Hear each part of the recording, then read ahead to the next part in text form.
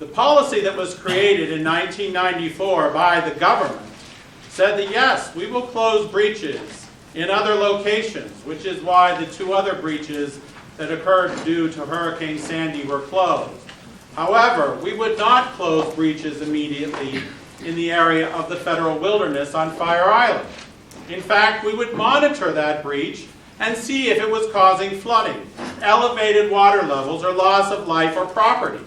To date, that breach has not caused any of those things.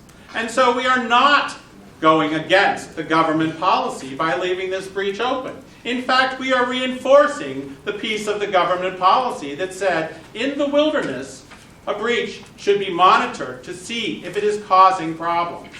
And as my colleague has informed you, and as Dr. Flagg has shown us, we are not having increased problems. Yes, there may be higher salinity, there may be cooler waters in those areas, but we're also seeing benefits with regard to cleaner water and improved habitat, not only for fish, clams, other things, but also for the grasses, the marsh grasses that need to grow to help strengthen the barrier system. So we are enforcing the government policy by leaving this breach alone. And we recommend that we continue to do that and not go against the policy that this government has said they're needing to enforce by closing the breach. And with that, I thank you for your attention and your support.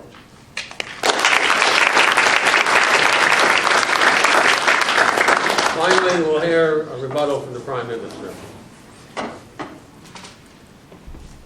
Thank you. Well, you've heard what the opposition says. And we believe that they have not adequately demonstrated that the breach should not be closed.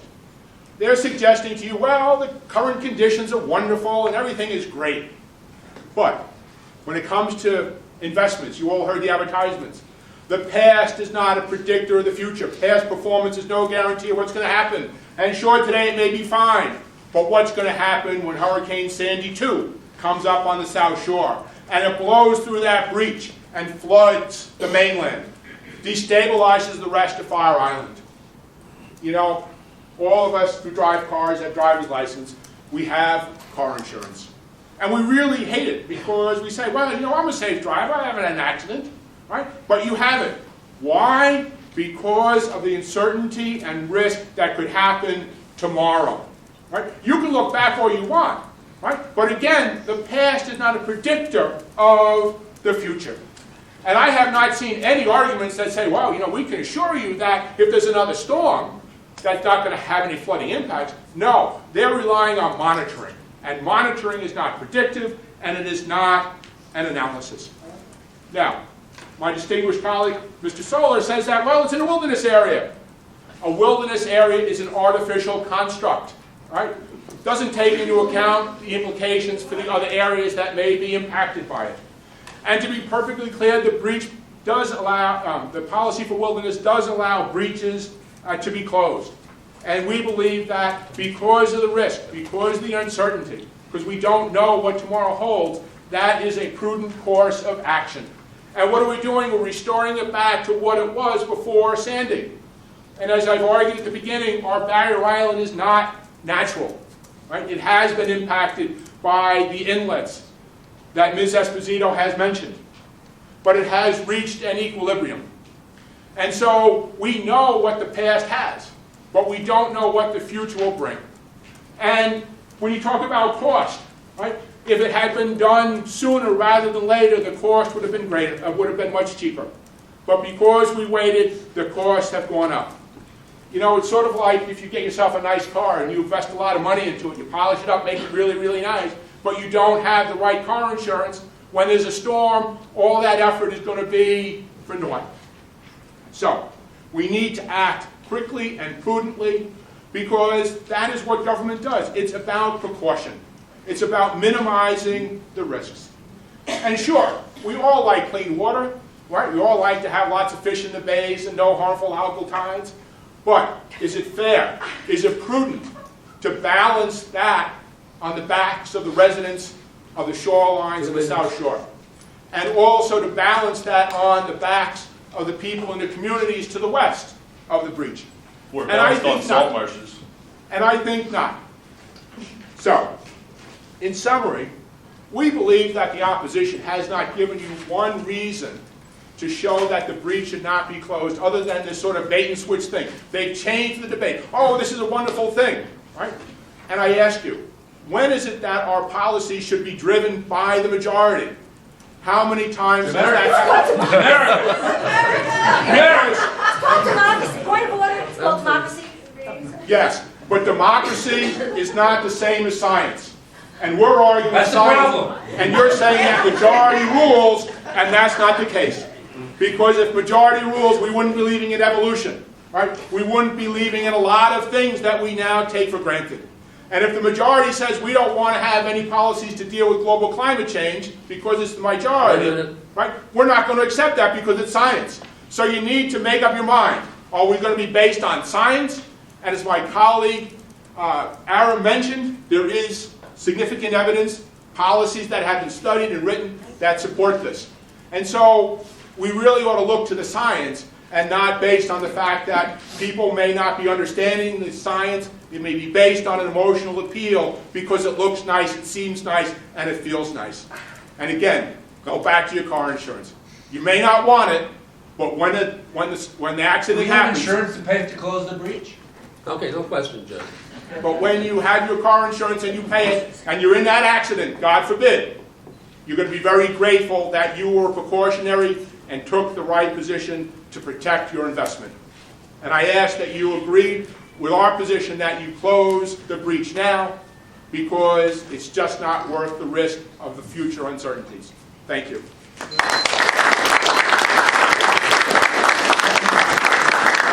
Okay, what we're going to do now is we'll take our vote first and then we'll open it up to questions. So all of those who feel that the government has made its case for filling in the breach, raise your hand. Okay, I see how this is going.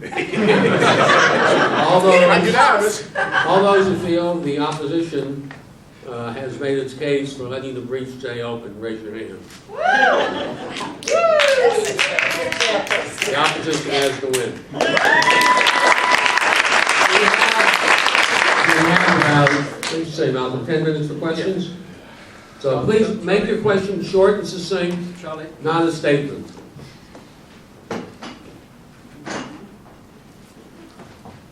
Charlie's just going to join us up here. Okay, thanks.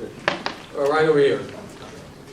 Yes, there's a comment that was made in the beginning that said Bellport Bay, and it's called Great South Bay, but they're calling it Bellport Bay. I'd like to correct everyone, the breach is called Bellport Inlet, so if you can get that clear.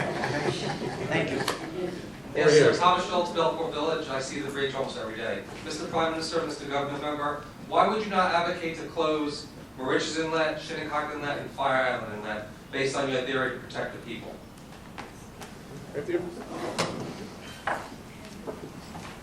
Thank you. Thank you for the opportunity to explain a reasoned and rational approach to barrier island management. Now, these inlets were stabilized, some of them, Shinnecock Inlet initially in the 30s, both of those inlets in the 50s, and Fire Island in the 50s and 60s, and have been maintained over a long period of time. And in fact, when these inlets are evaluated, which they have been routinely, continuously by people from this university, universities around the country, and the Army Corps of Engineers themselves, what they have found is a relative stable dynamicism, where the inlets, although they're getting a little bit deeper, are providing a tremendous amount of exchangeable water back and forth in the bay, which is absolutely critical because we're over-polluting our bays by putting septic waste and stormwater runoff indiscriminately into the bay.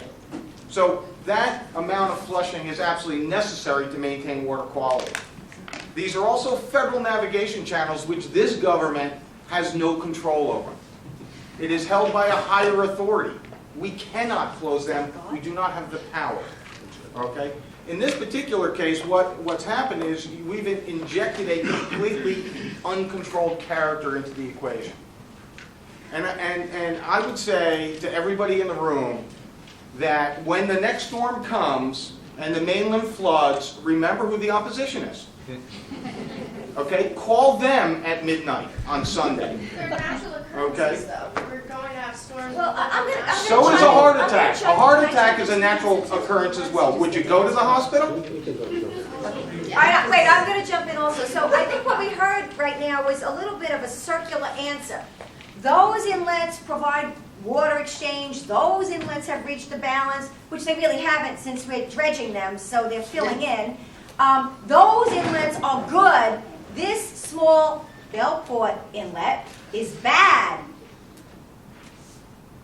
What does it's illogical on its face. It's to marvelous argue when that you don't it's have to use any of the facts. They don't dredge the inlet deeper, they dredge the outer bar, which is shoaling. The inlet Which itself. allows for greater water and exchange. number one. Otherwise, they would. Number two, they the are- other and they are inlets are dredging to controlled. death. The No, other I'm inlets sorry, are point of controlled order, with- you're with- giving out the wrong One at a information. time. They're Let's dredging get to to some more, death. let's get to some more Another questions. 14 to 16 Well, I was one who feet. stood up to answer the Oh, hold on, question. hold on, so- guys. Yeah, I know, that doesn't mean you get to occupy the All the floor. way in the back. Can I just make a point? The panelists are now free to express their true feelings if they want. I think we are. Hey, how do you really feel about this? My name is Edward Chivaldo. I'm a commercial fisher. All right, I fished Rich's Bellport Patchogue over, since I was 4 years old. All right, second generation fishing. All right, Rich's Inlet is not dredged as of right now. Okay, it's a death trap. The new inlet, however, has created a nice tidal flow that has created new clams, new eelgrass. I'm not happy about the slime factor, but hey, we live with it. It's natural. I see. We have scallops and roaches baiting out of the salt. There's things there that happen. This inlet being closed doesn't mean there's no tidal change, there's no salinity change. It's created a better flow for everything to come and go. You have a question, is this a question or a statement? It's a statement. Okay, let's get to some more questions. However, Rich's Inlet needs to be. Over here. Yes, This question is for Mr. Flake. stand up so we can hear you. This question is for Mr. Flake, because I'm sure we're all tired of the politicians talking. What side, based on your scientific research, what side do you take? All right, that's a delicate question. I have tried very hard to be a completely non-biased observer of what's going on in the bay and in the inlet and report that. And so that's how I'm going to answer the question. The inlet is indeed small. When flooding happens, it happens over the entire mid-Atlantic height. The other inlets are something on the order of 90% of the opening to the ocean. They are responsible for 90% of the big storm surges. A couple of other points. One is ocean waves do not penetrate inlets, any of the inlets. New inlet, old inlet, none of them. Tides come in, but they're heavily damped. Storm surges last many days, and that's how come they fill the bay. Not because the bay is more open or less open. There's very little, when a storm happens over a long period of time, there's very little difference in water level between the bay and the ocean. And lastly, there was thought that during Hurricane Sandy, the Bellport Bay suffered a higher water level than the other areas, and that's not the case. The Hempstead and the Lindenhurst area were about half a meter higher than Bellport Bay, and that's because when the winds come out of the west, out of the east, it just blows all the water to the west. And so Bellport initially drops, Lindenhurst goes up, and then when the ocean floods in, they both go up like this. So you stand with My part, has two parts, this question. What's the probability if the breach is repaired that at some point in the future, it will again need additional repairs, and what is the estimate on the frequency that this will have to recur over time? And the second point is, has the change in salinity, what's the impact of that? What has it been and what is it projected to be? Does anybody have any clues as to what this might be over time? Don't all jump at once. Well, with regard to the repair, if it's repaired, the government policy, the official government policy is that it would only be repaired at 9 feet above sea level. So it's not going to be above, whatever, what's the term? NAVD. NAVD, but you need to explain what that means because I could never get it right. But it's only going to be at a certain level, and it would not prevent another overwash or another breach with the size storm that Sandy is. So it would be a constant coming back and repairing if we have storms like Sandy all the time. The majority of the storms we get here, and let's be honest about this, it's about every 30 years we get a storm about the magnitude of Sandy. The majority of our storms are nor'easters. The nor'easter of '92 is what created Pikes Inlet at West Hampton Beach. And other storms have been nor'easters that have caused these inlets. So it's not a Hurricane Sandy, and if a Hurricane Sandy comes again, it doesn't matter whether you got a breach or not. The South Shore of Long Island is going to be devastated again, just as it was under this storm. So that's a reality that I think we all have to. So the long term is, if we were to repair the breach at 9 NAVD, it would have to be repaired over and over again.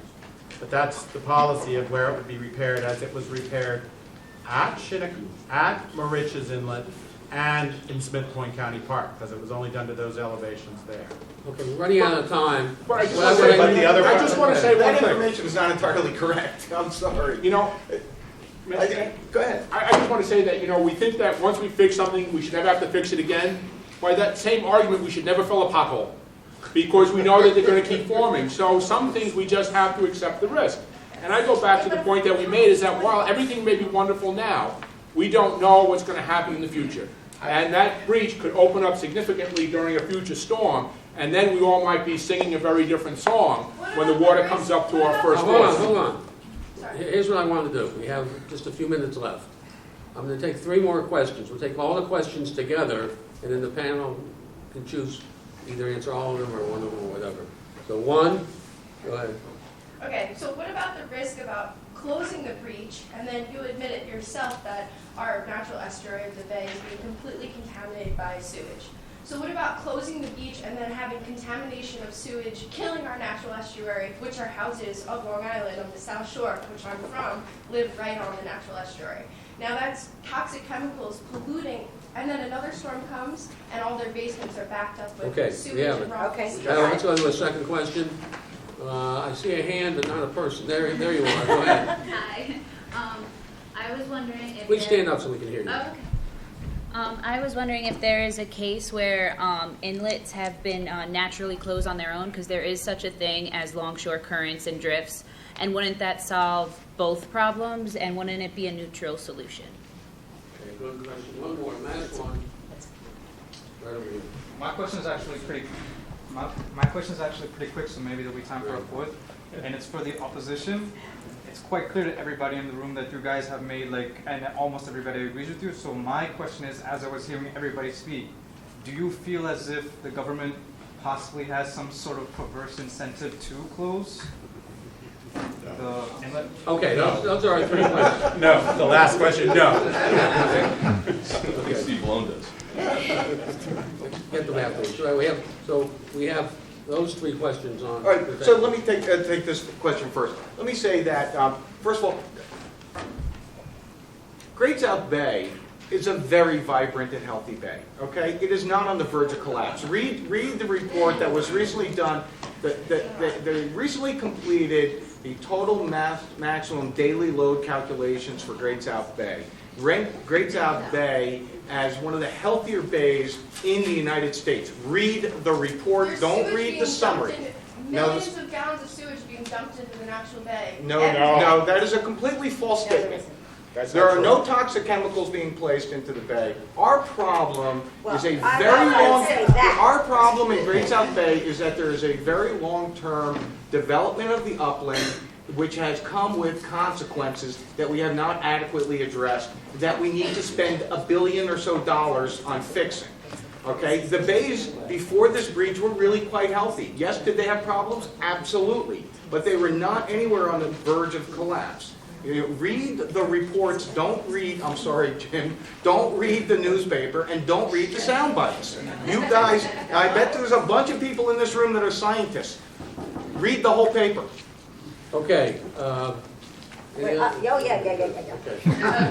Okay, so, again, back to reality. The Great South Bay is not the healthiest bay in America. Okay, it's an estuary system. No one ever said that. Well, you just alluded to it. That is not true. No, that is true. So anyway, it's part of the South Shore Estuary Reserve, which is the interconnection of bays that go from Shinnecock Inlet to the east to the Atlantic Bay Bridge to the west. The quality of that water is degrading. And in fact, I would encourage you to read the whole reports. Reports are being released right now looking at the nutrient and the nitrogen loading into those embayments coming from groundwater inflow, which is mostly from septic releases that go into those embayments. And in fact, it does contain some toxic chemicals. So the other statement was false as well.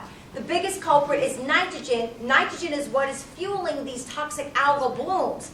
One of the things I think it's very important that the inlet does is if you look at, and if you read the whole study, the brown tide data.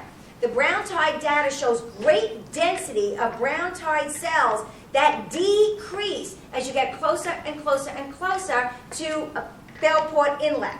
So the inlet and that flushing and that mixing, as proven by the salinity, is decreasing the incidence and the duration and the thickness of the brown tide. So that's one direct, attribute that we can bring to this. If so we buy that argument, we should get rid of the entire barrier No, island. if you buy that argument, it means that you actually read science. So I think that what we need to do is go back to basics. We should not get rid of the barrier island. It's not an argument for that, and that's not what I'm saying. But what I am saying is that if nature provides a little window, don't be so quick to close it. Look through it for a little bit. Let's make an educated decision.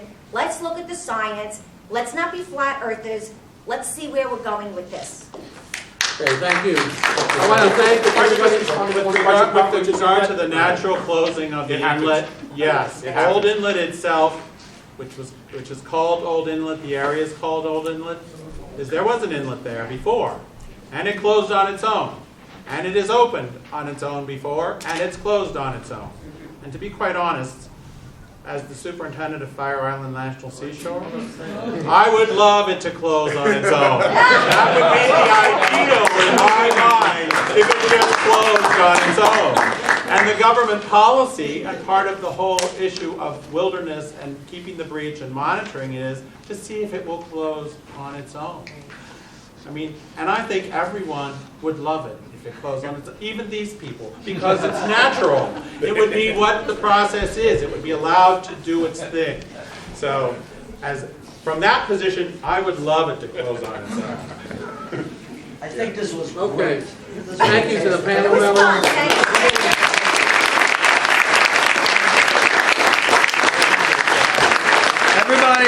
Everybody, please continue the discussion and join us for wine and food in the other room across the aisle. Thank you.